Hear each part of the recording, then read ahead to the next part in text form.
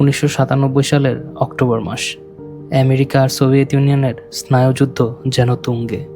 এমন সময় Soviet union তাদের প্রথম কৃত্রিম উপগ্রহ স্পুটনিক 1 লঞ্চ করে। পুরো আমেরিকা জুড়ে আতঙ্ক আর অপেক্ষা, কবে তাদের নিজেদেরও একটি স্যাটেলাইট হবে।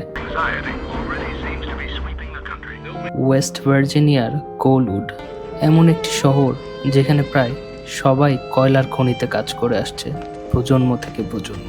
এই শহরেরই 17 বছর বয়সী বালক হোমারের বাবা কোলউড শহরের সবথেকে সম্মানিত ব্যক্তিদের একজন। তিনি কয়লা উত্তোলন কোম্পানির সুপারভাইজার। হোমারকে নিয়ে তার একমাত্র ইচ্ছা হোমার যেন বড় হয়ে ঠিক তার মতন কয়লা খনিতে কাজ করে। কিন্তু স্পুটনিক 1 হোমারকে এতটাই অবাক করে যে তার জীবনের একমাত্র লক্ষ্য হয়ে ওঠে রকেট তৈরি করা।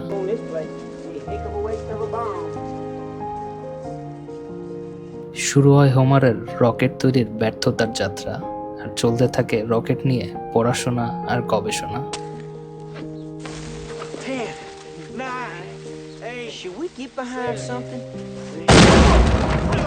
হোমারের বাবা তার এই উদ্ভট কর্মকাণ্ড দেখে যথেষ্ট পরিমাণ বিরক্ত থাকেন এবং সুযোগ পেলেই তাকে বকতে থাকেন।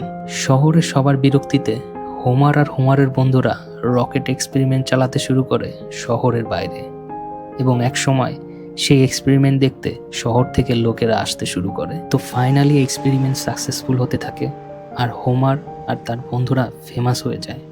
কিন্তু সুখের দিন দীর্ঘস্থায়ী হয় না তাদের। অন্যদিকে হোমারের বাবা কয়লা খনিতে দুর্ঘটনার শিকার হয়।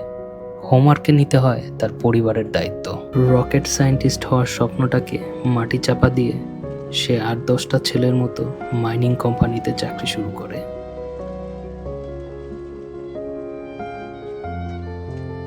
হোমারের স্বপ্ন কিন্তু চাপা থাকে না। শেষ পর্যন্ত হোমার তার কেরিয়ারে কোন পর্যায়ে যায় সেটা জানতে হলে দেখুন সত্য ঘটনা অবলম্বনে নির্মিত সিনেমা অক্টোবর স্কাই। আমি ব্যক্তিগতভাবে জ্যাক জিলেনহলের খুবই ভক্ত এবং অক্টোবর স্কাই থেকেই মূলত জ্যাক জিলেনহলকে ভালো লাগার শুরু।